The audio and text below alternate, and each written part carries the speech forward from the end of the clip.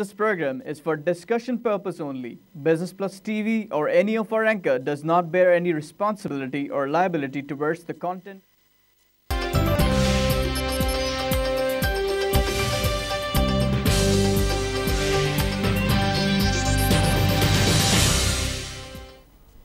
अस्सलाम वालेकुम and welcome to the programme PSX hotline और मैं हूं आपका होस्ट रोहेल इंतखाब। प्रोग्राम में हम बात करते हैं पाकिस्तान स्टॉक एक्सचेंज के हवाले से मार्केट की ओवरऑल क्या परफॉर्मेंस रही या आने वाले दिनों में PSX पे क्या इफेक्ट होने वाला है। आज की मार्केट की अगर मैं बात करूं, जो आज हमारा सेशन स्टार्ट हुआ हफ्ते का मंडे का, अगर मैं बात करूं तो मंडे की जो आज हमारे पास अगर मैं बिगनिंग की बात करूं सुबह सेशन की, तो 100 पॉइंट्स का इजाफा हमने देखा। आपको याद होगा फ्राइडे की जो क्लोजिंग हुई उसमें हमने देखा कि मार्केट नेगेटिव में रही, थोड़ी से पॉइंट्स की हमें कमी का सामना करना पड़ा। और अगर पिछले हफ्ते की बात की जाए तो पिछले हफ्ते का जो मंडे था उसमें हमने देखा कि मार्केट 39,800 पे थी। फिर ग्रेजुअली दिन गुजरते गए, मार्केट नेगेटिव होती गई, तो क्लोजिंग के वक्त जो 315 पे आया मार्केट 39,315 और आज सुबह से आगाज़ हुआ तो हमने 100 पॉइंट का इजाफा देखा। मिड डे में हमने देखा कि थोड़ी सी मार्केट नीचे आई, उसमें नेगेटिव पॉइंट्स देखने में आए -11 जो हमने माइनस से पॉइंट्स देखे। और अगर मैं बात करूं क्लोजिंग की, तो आज हमने देखा कि जो क्लोजिंग हुई है वो 39,500 पे हुई है, जिसमें हमने देखा कि 85.96 पॉइंट्स का इजाफा देखने में आया। KSE 100 और KSE 30 पे क्या इम्पैक्ट आया, क्या क्लोजिंग आई, मैं आपको शेयर करता हूँ। अगर बात की जाए KSE 100 इंडेक्स की, तो KSE 100 इंडेक्स जो है वो 39,476 पे क्लोजिंग आई, जिसमें हमने देखा कि 85.96 का चेंज आया।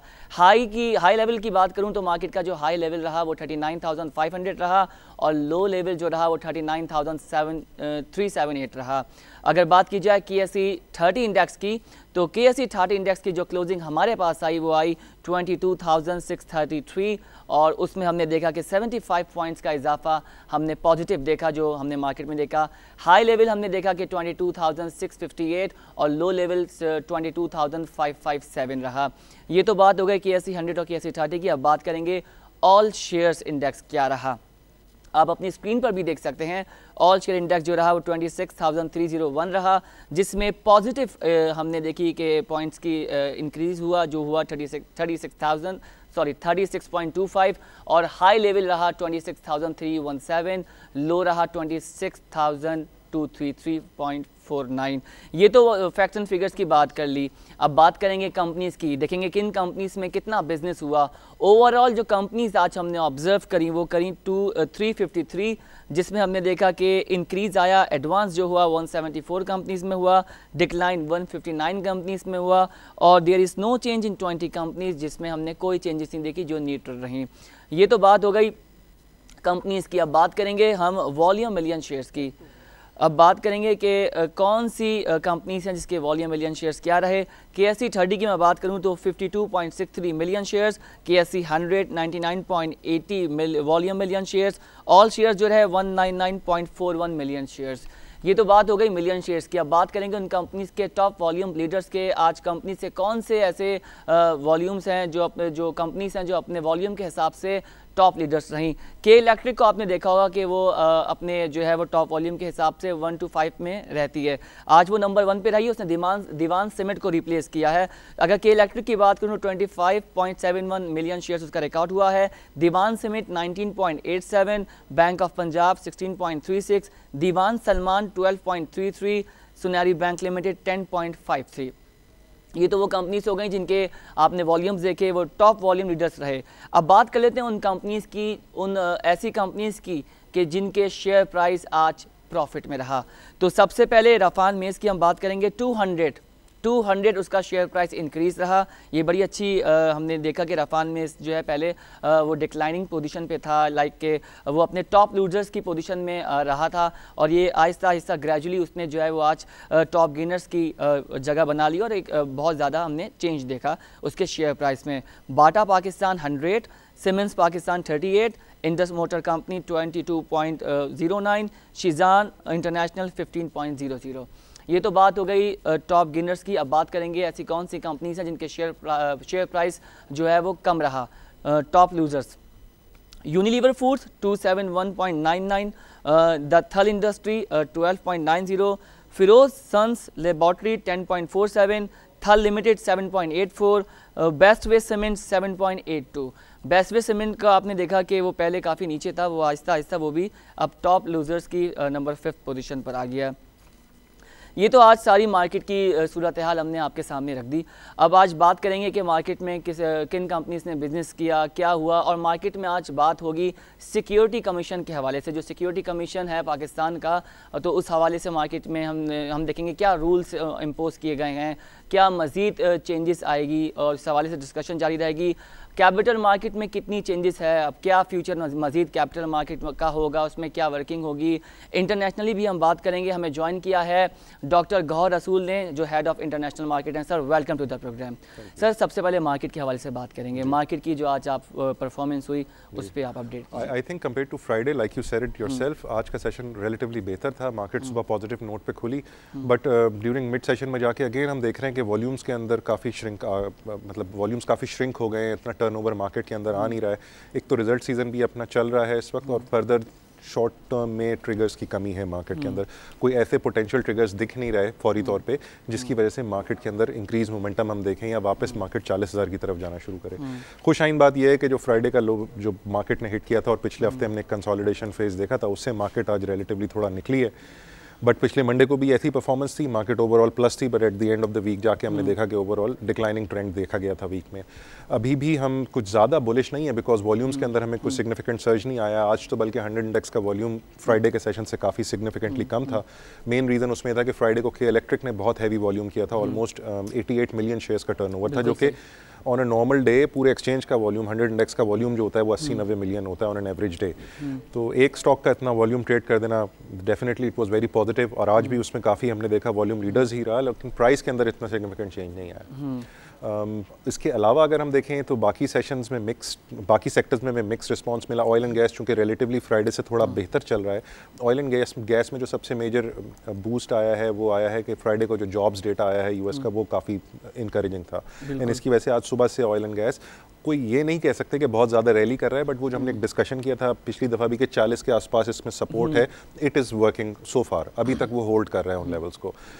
एक और आज न्यूज़ ऑयल से रिलेटेड ये भी थी मार्केट में कि जो ओपेक के मेम्बरान हैं, जो छोटे मेम्बरान हैं, वो दोबारा से तगुदो कर रहे हैं, दोबारा से कोशिश कर रहे हैं कि एक दफ़ा फिर कोई फ्रीज़ एग्रीमेंट हो जाए। पिछले वाले की तो कोशिश की थी, वो फेल हो गया था फ्रीज़ एग्रीमेंट, लेकिन इस दफ़ा फिर इनका जोर है कि दोबारा से कोई जो बड़े जायंट्स हैं अगर वो आपस में प्रोडक्शन वॉर छोड़ दें और कोई लेवल्स पे एग्री कर जाएँ जहाँ पे अपनी प्रोडक्शन को मेनटेन कर सकें वो, तो that will be positive for crude oil. तो बट ज़्यादा होप्स नहीं है, ये ज़्यादा सस्टेनेबल नहीं है ये view, but for now it's working and markets थोड़ी सी बॉयंसी शो कर रही हैं, एंड हमारा इंडेक्स भी उसी हिसाब से रिएक्ट कर रहा है काफ़ी। अभी अगस्त का मंथ चल रहा है, अगस्त के मंथ में अभी रिजल्ट्स आ रहे हैं, कुछ एक्सपेक्टेड हैं। अगस्त के बाद हम एक प्रेडिक्ट सही कर पाएंगे रिजल्ट्स को देखते हुए भी कि, और फिर जो ट्रेडर्स है वो भी चीज़ों को देख रहा है। दूसरा कि पॉलिटिकल इन्फ्लुएंस भी जो है बहुत ज़्यादा इन्वॉल्व है। आज एक बहुत अफसोसनाक वाक़या भी हमारे मुल्क में पेश आया, और उस हवाले से भी चीज़ें बहुत डिस्टर्ब हुई हैं। पॉलिटिकल इफेक्ट आएगा, इकोनॉमिकल इफेक्ट भी आएगा, तो मार्केट कहां पर स्टैंड करेगी। अगस्त में हम एक्सपेक्ट कर रहे थे जब अगस्त का स्टार्ट होगा बहुत अच्छा जाएगा, अभी भी कोई बड़ा नुकसान नहीं है, मार्केट स्टेबल है। आप क्या समझते हैं कि पॉलिटिकल इन्फ्लुएंस टेम्परेचर अगर हाई जाता है मार्केट कितना नुकसान दे सकती है? अगर हम इसी रेफरेंस जो अभी पॉलिटिकल इंस्टेबिलिटी की आप बात कर रहे हैं, मार्केट हम इकोनॉमिकल पॉइंट ऑफ व्यू से मार्केट के हम बहुत बेहतर हैं। पॉलिटिकल MSCI का अपग्रेड भी आया है, वो भी सपोर्ट कर रहा है मार्केट को। पॉलिटिकल नॉइज बिल्कुल आपने वजह फरमाया कि इस वक्त सबसे बड़ा कंसर्न जो हमें लग रहा है या इन्वेस्टर्स को लग रहा है वो पॉलिटिकल नॉइज़ के सिलसिले में लग रहा है, और उसकी वजह यह है कि 2014 में हमने बिल्कुल ऐसी एक मूव देखी थी पॉलिटिकल सिनारियो में, जिसकी वजह से मार्केट काफ़ी हैवीली मार्केट ने लॉसेस पोस्ट किए थे अगस्त के अंदर 2014 के। एंड अगेन वही इन्वेस्टर कंसर्न होता है अपनी इन्वेस्टमेंट्स के लिए, ट्रेडर्स कंसर्न होते हैं अपनी पोजीशंस के लिए, तो नेचुरली एक शॉर्ट टर्म कंसर्न तो आ जाता है कि क्या ये मोमेंटम पिकअप होता है या नहीं। बट कल का अगर हमने जो उन्होंने आगाज़ किया है अपनी कैंपेन का अगेंस्ट द प्राइम मिनिस्टर, और जिस हिसाब से रिस्पॉन्स आया है उस पर, तो वो अभी तक हमें कुछ वीक रिस्पांस दिख रहा है। आज मार्केट ने भी उसको कोई खातिर खा इंपॉर्टेंस नहीं दी है, but he has said it कि गोइंग फॉरवर्ड वो इस्लामाबाद में भी धरना लेके जाएंगे और लाहौर में भी धरना लेके जाएंगे। So let's see how this thing proceeds, but yes definitely ये एक रेड फ्लैग है मार्केट के लिए, और मार्केट इसको बहुत केयरफुली, मार्केट में जो मार्केट मेकर्स हैं, मार्केट में जो ट्रेडर्स होते हैं, वो they are observing it very carefully, and बज़ाहिर ऐसा लगता है कि उतना इम्पैक्ट नहीं आएगा जैसा हमने लास्ट टाइम देखा था, लेकिन अगर ये मोमेंटम पिकअप हो गया और मजीद पार्टियों ने इनको ज्वाइन कर लिया तो फिर कुछ कहना मुश्किल सर होगा। ऐसा पॉसिबल नहीं है, हमारी स्टॉक एक्सचेंज की जो मार्केट है अब इतनी स्टेबल हो गई है, सस्टेन हो गई है कि पॉलिटिकल इफेक्ट ना भी हो तो मार्केट स्टेबल रहे। रूमर्स के हमारे मार्केट पे बहुत चलती है, बहुत ज़्यादा, उसको आपने देखा हर जगह है ये। लेकिन पाकिस्तान में मैंने देखा ज़्यादा है, कुछ भी हो जाता है, इन्फॉर्मेशन अब तक अगर टीवी पे भी जो है वो न्यूज़ नहीं चल रही होगी, वो मोबाइल पे और इधर आ जाएगी और फेसबुक पे न्यूज़ फीड पे आ रहा होगा, तो पीपल आर इन रश कि यार क्या हो गया, क्या एक्सपेक्ट कर रहा है। हमारे यहाँ लोग रिस्पॉन्सली चीज़ों को जो है वो चेंज करते हैं। बिल्कुल, आपने देखें जब इलेक्ट्रॉनिक मीडिया वगैरह नहीं था और मैं खुद भी शायद उस वक्त मार्केट में नहीं था, बट और पीछे चला जाऊं तो हमारी मार्केट में जो न्यूज़ फ्लो रहा है वो बड़ा कॉमन वर्ड ऑफ माउथ पे चलता है, एक में दूसरे के कान में का, उसमें तीसरे के कान में का, उसमें चौथे के कान में का। सो ये हैबिट फॉर्मिंग बिहेवियर होता है, people are used to such kind of news flow and they accept ऐसा न्यूज़ फ्लो बगैर वेरीफाई किए, बगैर सोर्स के, और नी जर्क रिएक्शन के तौर पे फॉरन रिएक्ट भी करते हैं मार्केट के अंदर। बट आई वुड से कि ये थोड़े से लोग हैं जो मार्केट में इस तरह से रिएक्ट करते हैं। मेजर चंक स्मार्ट मनी और जो इंस्टीट्यूशनल साइड है वो इस तरह से डॉक्टर गौर, इसको कंट्रोल भी किया जा सकता है, आप क्या समझते हैं, कंट्रोलिंग है इसकी कोई? आई थिंक SECP ने काफ़ी स्टेप्स लिए हैं इस सिलसिले में। बीच में जो लोग फेसबुक पे पोस्ट किया करते थे चीज़ें या लिंक्डइन पे पोस्ट कर देते थे, या इस तरह के लोगों ने सर्विसेज शुरू की थी कि व्हाट्सएप पे आप हमसे टिपें ले लें आज की, क्या खरीदना चाहिए, क्या बेचना चाहिए, तो इसको काफ़ी हद तक SECP इस पे क्रैक डाउन भी कर रहा है और इसको डिस्करेज भी कर रहा है इस हैबिट को। एंड आई एम श्योर कि ये हर चीज़ की आदत जब लोगों को होती है और उसको चेंज करने की कोशिश की जाती है तो लोग रेजिस्ट भी करते हैं और it takes some time before वो चेंज अमल में आती है। I think over a period of time ये काफ़ी बेहतर हो जाएगा। ये जैसे जैसे इलेक्ट्रॉनिक मीडिया पर रिलायबिलिटी बढ़ती जाएगी लोगों की, तब वैसे वैसे ये ट्रेंड कि एक दूसरे से कान में सुन के बातें करके रिएक्ट करने का ये बिहेवियर स्लो डाउन हो जाएगा। Security exchange commission of Pakistan की आपने बात करी, तो इन्होंने जो है अपना रोल थोड़ा सा और स्ट्रॉन्ग किया है। रिसेंटली इन्होंने अपडेट की है अपनी पॉलिसीज़ को, टर्म्स एंड कंडीशंस को, और अब बाज़ाहिर तौर पर इन्होंने जो है वो मॉनिटरिंग बढ़ा दी है, कंट्रोलिंग भी बढ़ा दी है। इन्होंने क्या किया है कि इंश्योरेंस कंपनी के जो है वो रिजल्ट्स भी खुद वेरीफाई करेंगे और बगैर किसी चेक एंड बैलेंस के कोई चीज़ इशू नहीं होगी। इस पे आप क्या डिटेल डिस्कस करेंगे कि insurance companies are with the requirement of maintaining functional website in the content according to the notifications? जी, I think like I said कि तमाम चीज़ें जो एक अनचार्टेड चीज़ों को within an ambit of SECP लाने के लिए वो स्टेप्स जो भी लिए जाते हैं वो in the long run beneficial होते हैं। इनिशियली लोग उस पर ज़रूर रिएक्ट करते हैं, इनिशियली लोगों को लगा होगा कि इंश्योरेंस कंपनीज के साथ ज़्यादती हो रही है, but this is for better practice.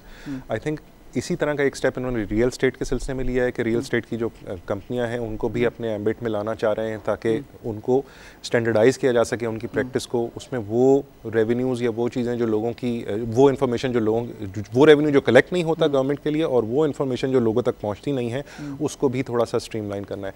तो I think SECP has been very active recently and stock exchange पे भी इन्होंने बहुत सारे स्टेप्स लिए। स्टार्टिंग फ्रॉम 2012 अगर हम देखें कैपिटल गेन्स का इम्प्लीमेंटेशन करना रूल्स की, और वहाँ से ऑनवर्ड्स जितने स्टेप्स लिए गए हैं दे हैव, लोग बज़ाहिर शायद लोगों को ये लगे कि इसकी वजह से मार्केट के वॉल्यूम श्रिंक हो गए हैं, बट इसकी वजह से ये भी पॉसिबल हुआ है कि अब आपके शेयर कोई ब्रोकर किसी और को प्लेज नहीं करा सकता, आपके शेयर आपके जानने बूझे बगैर बिक नहीं सकते, आपके अकाउंट से मूव नहीं हो सकते। तो ये सारी चीज़ें जो हैं इंटरनेशनल बेस्ट प्रैक्टिसेस की तरफ जा रही हैं, इंक्लूडिंग ये जो इंश्योरेंस वाला मेजर इन्होंने लिया है। एंड सो मच सो मैं रियल स्टेट पे भी कहूँगा कि उसमें भी यही है कि SECP ओवरऑल इन कंपनियों की गवर्नेंस को इम्प्रूव करने के लिए और इन्वेस्टर इंटरेस्ट के लिए काम कर रहा है। जहाँ कॉन्फ्लिक्ट आता है वहाँ ज़रूर स्टेक होल्डर्स मिलकर बैठते हैं, SECP से डायलॉग करते हैं और SECP उनके लिए लीनियंसी या रूम ज़रूर क्रिएट करता है। But these are all good measures and I think ये होते रहने चाहिए इस तरह से। अप्रूवल जो गया है प्रॉस्पेक्टस का consultant to play a role in IPOs के हवाले से, उस पर भी SEPC ने जो है इस पे नज़रसानी की है, उस पर आप क्या डिस्कस करें? अगेन रिसेंटली हमने कुछ IPOs देखे पिछले साल और उससे पिछले साल जिसमें कुछ पॉलिसीज़ का यूनिफॉर्मिटी नहीं थी। फॉर एग्जांपल कि IPO की प्राइस में सीलिंग कहाँ लगेगी या फ्लोर कहाँ लगेगा। इस तरह एक दो IPOs ऐसे हुए जिनमें इन्वेस्टर्स को कंसर्न था और इन्वेस्टर्स ने शोर मचाया, या जो पार्टिसिपेट कर रहे थे उस IPOs के अंदर उन्होंने रिक्वेस्ट की कि जी इस तरह इस सिस्टम को और थोड़ा स्ट्रीमलाइन किया जाए। आई थिंक ये सारी उसी सिलसिले की कड़ी है एंड गोइंग फॉरवर्ड अब और भी मेजर्स देखेंगे। इसी तरह से हर थोड़े अरसे में कुछ ना कुछ रेगुलेशंस में रिविजन आता रहता है, उनको रिव्यू किया जाता है और जो मार्केट की डायनामिक्स उस वक्त के हिसाब से होती हैं उसको ट्वीक भी किया जाता है उसी हिसाब से। I think these are all positive steps. ठीक है, अब ब्रोकेज हाउस के हवाले से एक ख़ास इकदाम किया गया है कि मिसलीड किया जाता है शेयर होल्डर को या जो ट्रेडर होता है उसको, और ब्रोकेज हाउस के हवाले से हमने पहले भी प्रोग्राम में डिस्कशन की थी कि जो है वो डिपॉजिट के हवाले से वो लोग मिसलीड करते हैं, परसेंटेज शेयर करने के हवाले से मिसलीड करते हैं, उस पर भी इन्होंने अपना रोल दिया है। तो आज का जो टॉपिक मैंने इसलिए ज़्यादा निकाला है कि जो हमारा शेयर होल्डर है जो ट्रेडिंग कर रहा है उसको रूल्स एंड रेगुलेशन पता हो जाएं सिक्योरिटी एक्सचेंज कमीशन के। अच्छा सर, एक बात ये भी बताइए कि ब्रोकेज हाउस क्यों SEPC को जो है वो इतना मॉनिटर नहीं करते, इतना लाइटली क्यों लेते हैं? इतना लाइटली क्यों लेते हैं? नहीं ऐसा नहीं है। आई थिंक जो बड़े ब्रोकरेज हाउसेज हैं, इंक्लूडिंग हमारा अपना ब्रोकरेज हाउस है, हमारी हर ट्रेड जो हम अपने क्लाइंटों के लिए करते हैं वो SECP बड़ा रेगुलरली मॉनिटर करता है। हमारी जो डॉक्यूमेंटेशन है उसको रेगुलरली चेक किया जाता है। जो हमारे रिपोर्ट्स एंड रिटर्न्स हम जमा कराते हैं स्टॉक एक्सचेंज में और SECP को, उनको भी वेरीफाई किया जाता है। और जहाँ कहीं कोई एनोमली आती है या जहाँ कोई रेड फ्लैग रेज होता है वो हमें बुला लेते हैं, हमसे चीज़ों की क्लैरिटी मांगते हैं, मजीद डॉक्यूमेंटेशन मांगी जाती है। तो थोड़ा सा ज़रूर हैसल लगता है एंड आई एम श्योर कुछ लोग उसको अवॉइड करने के लिए या तो मिस रिपोर्टिंग करते होंगे SECP को। बट आई वुड से कि जो लीडिंग ब्रोकरेज हाउसेज हैं जिनके पास बड़े बड़े इंस्टीट्यूशंस काम करते हैं, फॉरेन क्लाइंट्स काम करते हैं, they have a lot to lose. अगर उनके बारे में SECP कोई उल्टी सीधी रिमार्क्स पास कर दे या उन पे कोई ऑर्डर निकाल दे कि जी आपने ये चीज़ सही नहीं बनाई हुई थी या ये रिटर्न आपने जाली फाइल किया है, सो उनके पास अपनी रेपुटेशन लूज़ करने का बहुत होता है। तो आई डोंट थिंक कि ब्रोकरेज हाउस या at least well establish brokerage house के लेवल पे ये बात हो रही हो। कोई इंडिविजुअल ट्रेडर्स या ब्रोकर्स अगर छोटे लेवल पे कर रहे हो अपने किसी एक चंद पर्टिकुलर क्लाइंट्स के साथ, तो ज़रूर ये इसकी पॉसिबिलिटी है। और इसके लिए लाइक यू सेड इन्वेस्टर को खुद अवेयरनेस रखनी चाहिए।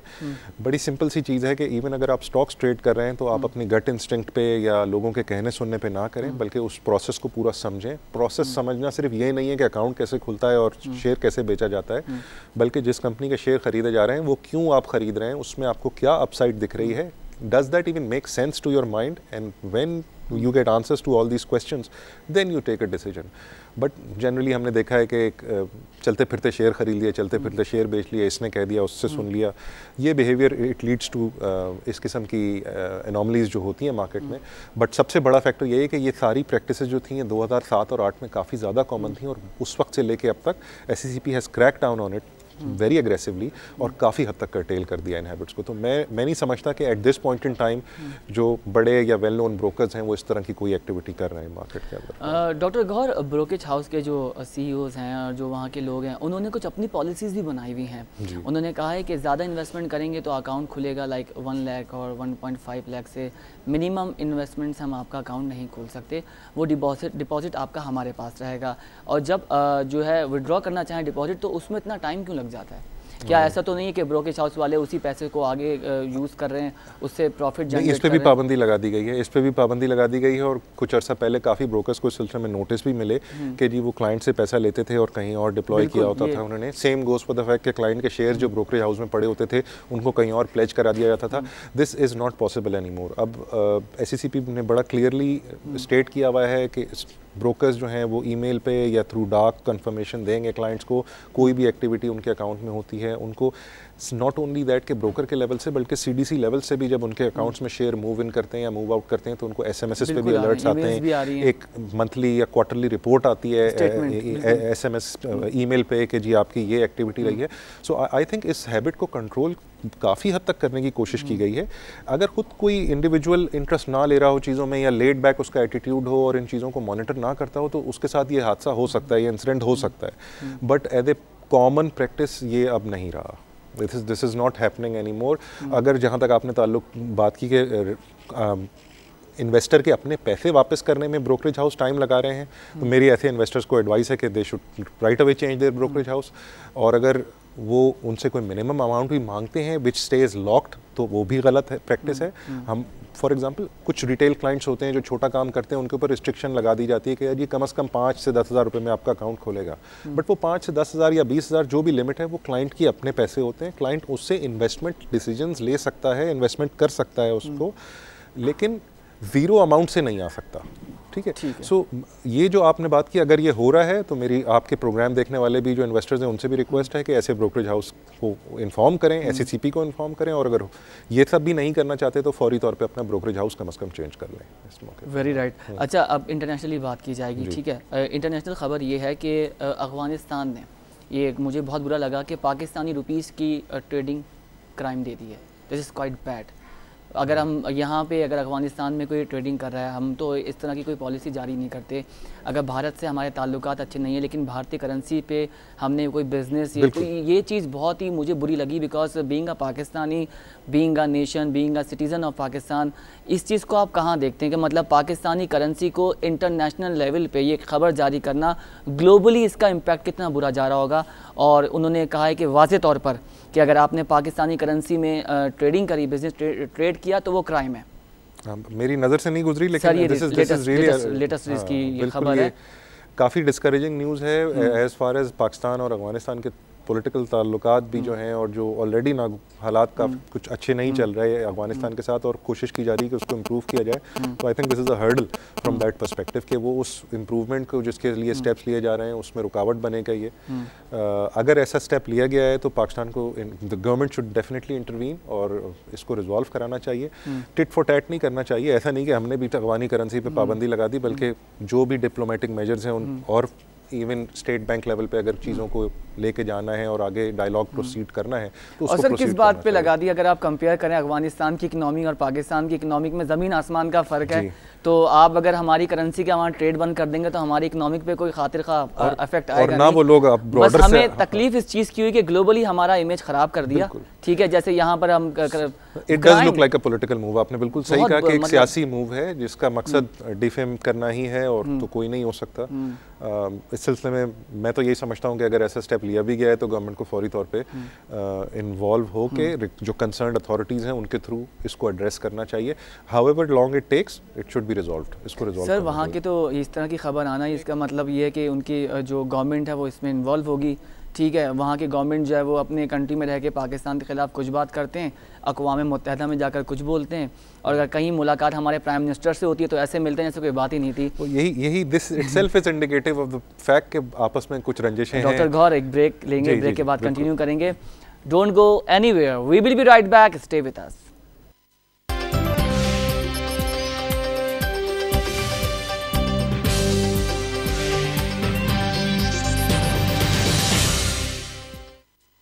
Welcome back after the break. और ब्रेक पर जाने से पहले हम बात कर रहे थे डॉक्टर गौहर से। सर ऑयल सेल ग्रो हुई है बाय 10 ईयर हाई ऑफ 22%, मतलब 22% जो है वो जुलाई से अगर हमने देखा जाए तो 10 सालों के हिसाब से ऑयल सेल ग्रो हुई है। इस पे आप क्या कहेंगे? बिल्कुल बड़ा लॉजिकल इसका जवाब है, और वो ये कि जो क्रूड ऑयल $100 पे ट्रेड करता था वो आके $40 और $50 के दरमियान एवरेज कर रहा है। That is the main reason कि चूँकि लोकल मार्केट्स में भी वही क्रूड ऑयल जो पेट्रोल आपका 100 रुपये लीटर मिलता था वो अब 70 और 60 के पास आ गया है। तो यही रीज़न्स हैं कि कंजम्पशन बढ़ गई है। बहुत सारा आपका जो CNG वाला एक क्लाइंट बेस था जो CNG डलवाता था गाड़ियों में, उनको भी अब पैरिटी इतनी ज़्यादा नहीं दिख रही, difference between CNG and petrol. और CNG लेने के लिए इश्यूज़ भी हैं, लाइनों में लगना पड़ता है। उसके अलावा दो दिन की कर्टेलमेंट अलग हो रही होती है गैस की प्रोडक्शन के ऊपर। तो ये सारे रीजंस हैं कि पेट्रोल की डिमांड बढ़ी है। दूसरा ये समर सीज़न भी है, तो समर में ऑलरेडी हीटिंग के लिए पावर प्रोडक्शन के लिए, कूलिंग करने के लिए आपको बिजली की रिक्वायरमेंट ज़्यादा होती है और उसमें भी डिमांड जनरेटर्स वगैरह के अंदर ज़्यादा चलती है। सर CNG की बात मैं करूँगा। लेटेस्ट हमारे पास खबर ये है कि पंजाब के बाद अब कंप्रेसली जो CNG price will be change in Sindh.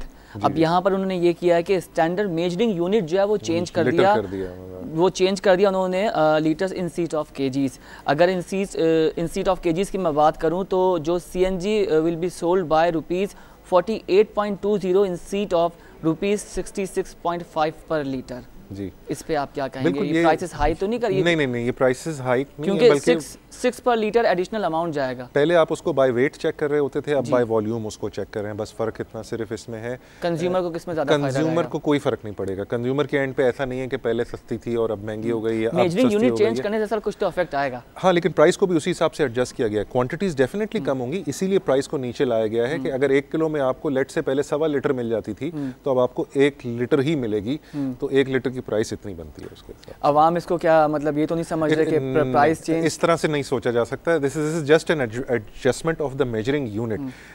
It is at par with the previous prices, ना प्रीवियस प्राइसेस से ज़्यादा इसको बढ़ाया गया है ना कम किया गया है, ये उसी प्राइस लेवल पे आ रही है। बिल्कुल टैक्सेशन वगैरह का मैकेनिज्म फिर कैसे वो होगा वो इसी में एडजस्ट किया होगा, बिल्ट इन होगा इस प्राइस के अंदर, but all in all it's the same conversion. ऐसा नहीं है कि अब क्वांटिटी उनको कम मिल। सर ओगरा से इस बात की परमिशन नहीं ली, ये बात खबर भी सामने आ रही है कि ओगरा को ना इन्फॉर्म किया गया और ना उससे खबर ली गई, ना उसने बताया मेजरिंग यूनिट हमने चेंज कर दिया, ये लॉ के अगेंस्ट नहीं है बात? I think Ogra would tell you better, but I Sir, think लेकिन जो बात Ogra should definitely step in। अगर उस तरह उनसे कंसेंट नहीं ली गई है और उनका व्यू नहीं लिया गया है तो definitely they should step in and जो भी नेसेसरी पेपर वर्क होना चाहिए था इसके सिलसिले में वो ज़रूर एटलीस्ट। क्योंकि सर अभी ओगरा ने अगस्त के सीज़न में प्राइम मिनिस्टर को समरी भी सेंड की थी कि आप प्राइसेस बढ़ाएं, ठीक है, पेट्रोलियम के या दूसरे, तो ये कहीं तरीक़ाकार तो नहीं है? और कि गवर्नमेंट ने क्यों एकदम से ये चेंज कर दिया? कोई वजूहात भी सामने डिस्कस नहीं की कि मेजरिंग यूनिट चेंज कर दिया? जी, तो आपका कहना बजा है कि इस सिलसिले में ना कोई क्लैरिफिकेशन आई है, सिर्फ एक नोटिफिकेशन आया है इस तरह से, एंड आई एम श्योर कि उनके अपने लेवल्स पे जाके कोई मेजरमेंट्स का इशू होता होगा या इन्हें सीएनजी वर्सेस पेट्रोल की कैलकुलेशंस में कुछ इन्होंने मेजरमेंट लेने के लिए यूनिट्स को सिमिलैरिटी देने की कोशिश की गई है। बट ऑल इन ऑल जहाँ तक ओगरा की रिकमेंडेशंस का आपने अभी तस्करा किया, ओगरा हर महीने रिकमेंडेशंस देती है बेस्ड ऑन जो प्राइसेस उनको समझ में आती हैं इंटरनेशनल प्राइसेस के साथ कोरिलेट करके वो जो बनाते हैं। बट गवर्नमेंट हमेशा उनके सजेशंस को केटर फॉर नहीं करती। इनफैक्ट ये डिसीजन काफ़ी हद तक पॉलिटिकल होता है कि पेट्रोल प्राइसेस बढ़नी है या नहीं बढ़नी, और अगर ओगरा की रिकमेंडेशन आई भी हो कि 5 से 6 रुपये, जो हमने पिछले देखा जब क्रूड ऑयल $26 से $50 की तरफ रैली किया तो ओगरा हर महीने रिकमेंडेशंस देता था कि इतना 10 रुपये बढ़ा दें, 8 रुपये बढ़ा दें, लेकिन सर वो अभी भी जो है वो फोर्स कर रहा है कि आप बढ़ाइए प्राइसेस को। तो हमारे जो फाइनेंस मिनिस्टर ने कहा कि हम अगस्त में प्राइसेस नहीं बढ़ाएंगे, लेकिन इसका मतलब ये कि सितंबर और अक्टूबर में प्राइसेस चेंज होंगी। आई थिंक इसको बेहतर इस तरह से कहा जा सकता है कि जब तक हमसे बर्दाश्त हो सका हम नहीं बढ़ाएंगे, जब हमारी बर्दाश्त से बाहर चला गया तो कंज्यूमर तो बोल रहा है अभी भी प्राइस जो है ज़्यादा है, हम अभी भी बर्दाश्त से बाहर हैं लेकिन हम अफोर्ड कर रहे हैं। हाँ, कंज्यूमर के लिए वाकई मैं समझता हूँ कि उसको पूरा इम्पैक्ट जो है वो पास ऑन नहीं हुआ इंटरनेशनल क्रूड ऑयल प्राइसेस का, और उसमें एक वजह हमारे अपने माली हालात की भी हैं। हमारी गवर्नमेंट जो रेवेन्यू पे बेस डिपेंड करती है from sale of crude petrol and diesel products, तो मेरे ख्याल में वो एक बहुत बड़ा रीज़न है कि वो काफ़ी हाईली टैक्स्ड भी है वो segment. Sir 1300 billion last year उन्होंने टैक्स से जो पेट्रोलियम प्रोडक्ट्स का जो टैक्स है उससे रेवेन्यू जनरेट किया है, और अगर कैलकुलेट किया जाए तो उनको नुकसान ज़्यादा हुआ है। जितनी चीज़ें बनी हैं उसके ज़रिए देखते हुए उनको वो फॉल में रहें। आप क्या समझते हैं 13 बिलियन की जो ये फिगर है ये बेहतर है या मज़ीद इससे ज़्यादा हम कमा सकते थे इससे? आई थिंक जहाँ तक रेवेन्यू कलेक्शन की बात है तो 2-3 तरह से रेवेन्यू कलेक्शन होता है। सेल्स टैक्स, जो सेल टैक्स लगाया उन्होंने पेट्रोलियम प्रोडक्ट पे, देखें sales again I would go into that direction कि जो सारा सेल्स टैक्स बढ़ता है या सेल्स टैक्स में जो इम्प्लीमेंटेशन IMF प्रोग्राम के जाने के बाद हमने GST इम्प्लीमेंट करना शुरू किया आज से चंद साल पहले, उसकी मेन वजह ये थी कि हमारी टैक्सेशन सिस्टम जो है वो उसमें कुछ फ्लॉज हैं, बेसिक फ्लॉज हैं, प्रॉपर रेवेन्यू कलेक्शन होती नहीं है। बहुत सारे सेगमेंट्स ऐसे हैं इंडस्ट्री के, हमारे एग्रीकल्चर ले लें और 2-3 सेगमेंट्स ले लें जहाँ से रेवेन्यू कलेक्शन ठीक तरह से नहीं है। रियल स्टेट ले लें, रियल स्टेट पे इतना बड़ा अभी झगड़ा खुला हुआ है, और ये भी अभी भी कुछ कॉम्प्रोमाइज़ के साथ गवर्नमेंट ने एग्री किया है। अभी भी प्रॉपर DC प्राइसेस जो हैं वो रियल मार्केट प्राइसेस नहीं होंगी, अभी भी टैक्स के ऊपर CGT के ऊपर कॉम्प्रोमाइज़ करके उसको रिड्यूस किया गया। कहने का मकसद ये है कि जब आप ओवरऑल यूनिफॉर्मिटी ले आएंगे अपने टैक्सिंग सेटअप के अंदर फ्रॉम ऑल एंटिटीज़, तो आपकी रिलायंस ऑन GST ऑटोमेटिकली कम होना शुरू हो जाएगी। फिर आपको ये इस तरह 17 से 18 और 18 से 19% नहीं करना पड़ेगा, बल्कि आप एक यूनिवर्सल स्टैंडर्ड रखेंगे लोअर परसेंटेज का जो सब पे एप्लीकेबल हो इक्वली।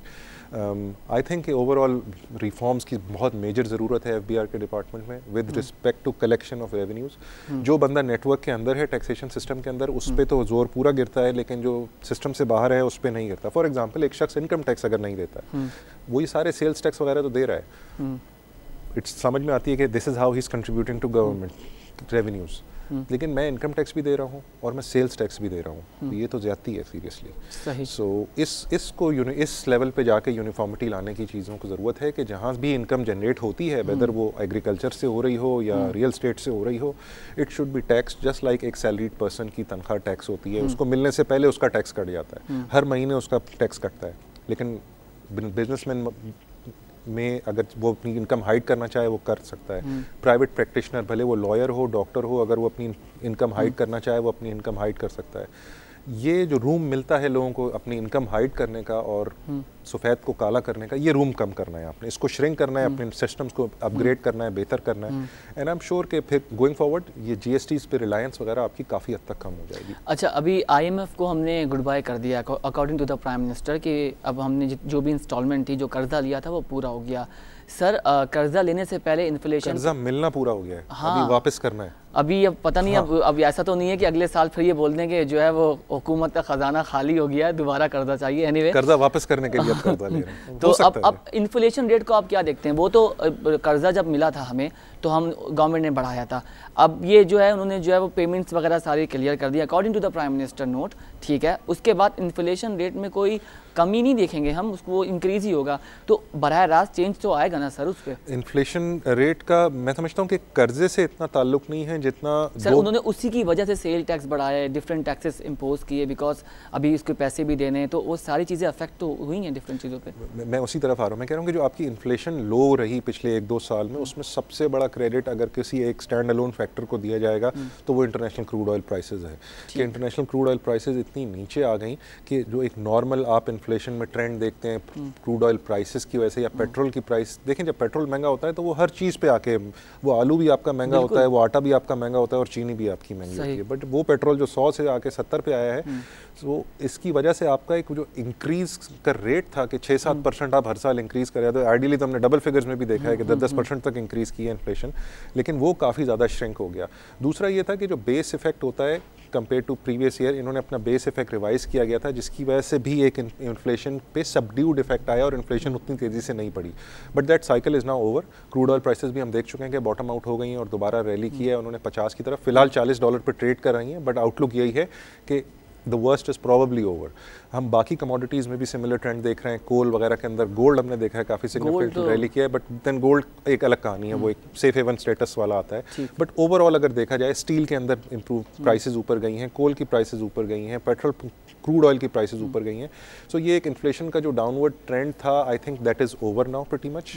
हम मजीद इंटरेस्ट रेट के अंदर कोई कट्स भी नहीं देख रहे एंड वी आर एक्सपेक्टिंग कि गोइंग फॉरवर्ड इन्फ्लेशन काफ़ी स्विफ्टली बढ़ना शुरू हो जाएगी। डॉलर को कहाँ देखते हैं आप आने वाले दिनों में? Dollar for now we are protected again. For now से मेरा मतलब है कि हमारी करेंसी एक मैनेज करेंसी है, हमने फ्री करेंसी नहीं रखी हुई कि मार्केट डिटरमिन करे कि वो ओवर वैल्यूड है या अंडर वैल्यूड है, हम मैनेज करते हैं उसको, और जब तक हम आसानी से मैनेज कर सकते हैं तब तक मैनेज करते हैं, जब हालात ज़्यादा ख़राब हो जाते हैं वी लेट गो।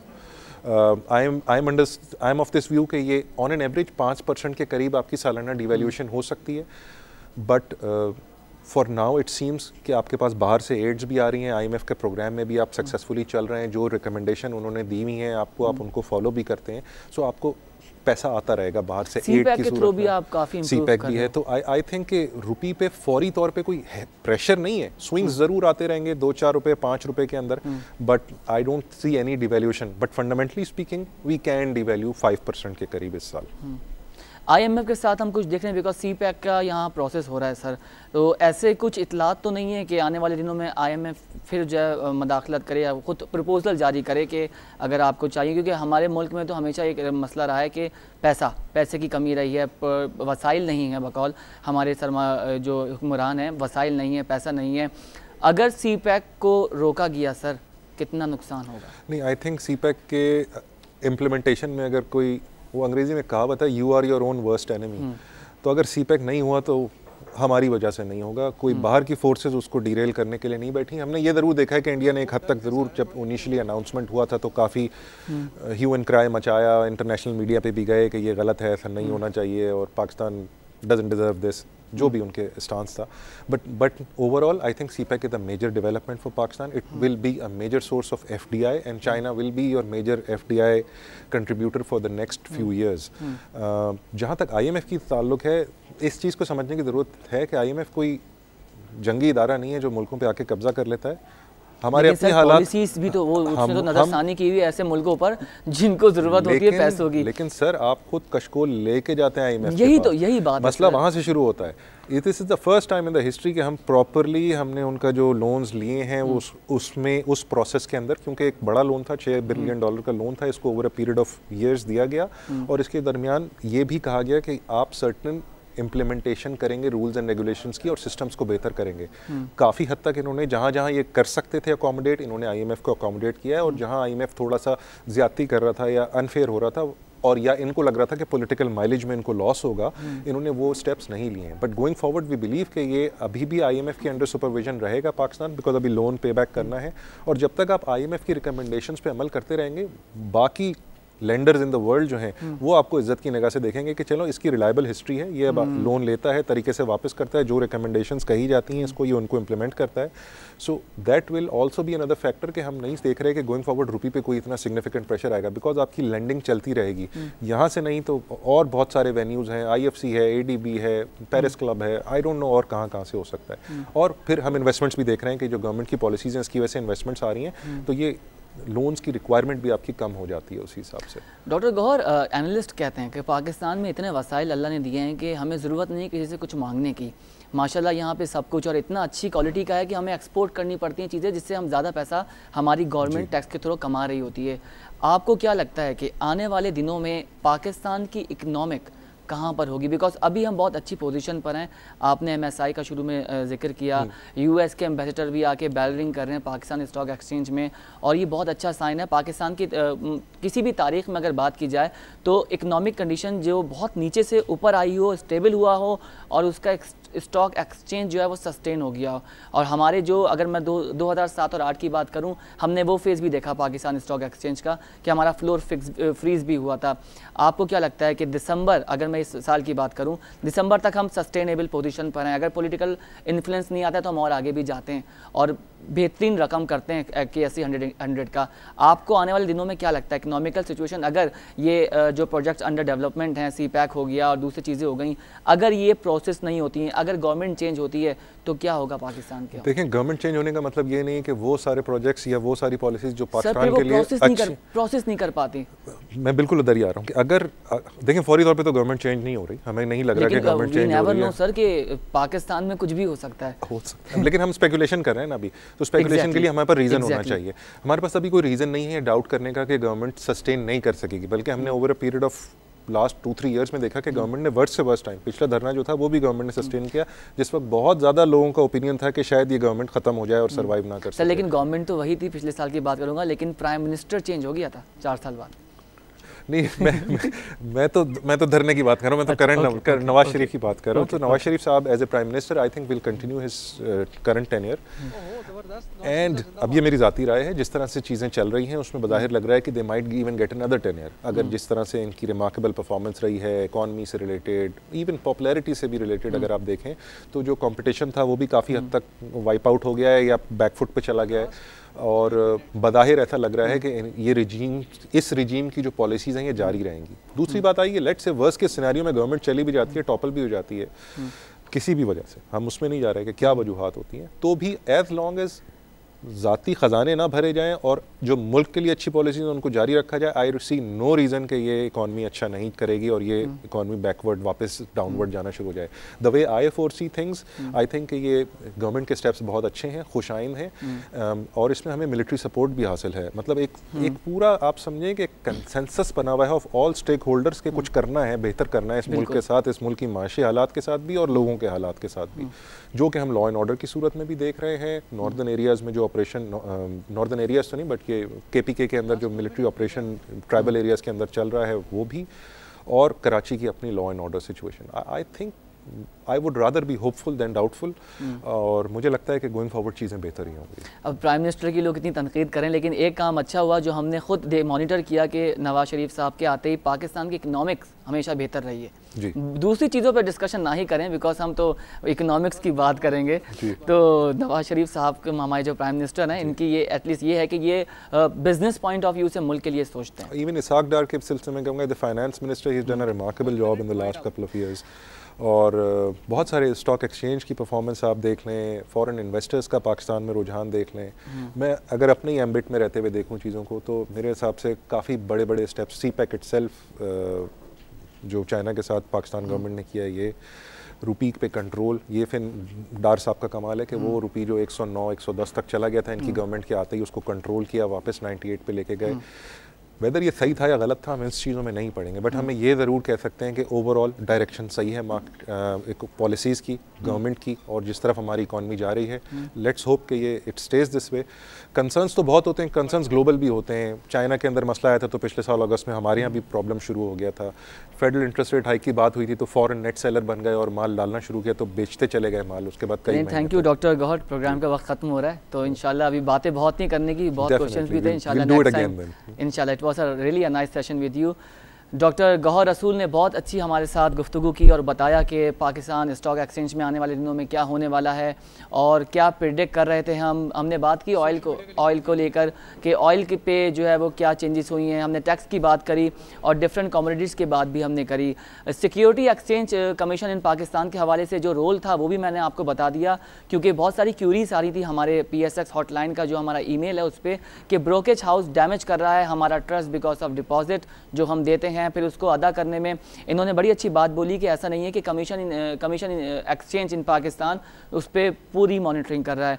आप हमें व्हाट्सएप, आप हमें फेसबुक पर भी ज्वाइन कर सकते हैं और यूट्यूब पे भी हमारी वीडियोस देख सकते हैं। कल आपसे दोबारा मुलाकात होगी। अपना और अपने शहर का बहुत ख्याल रखिएगा। मुझे इजाज़त दीजिए। अल्लाह हाफ़िज़।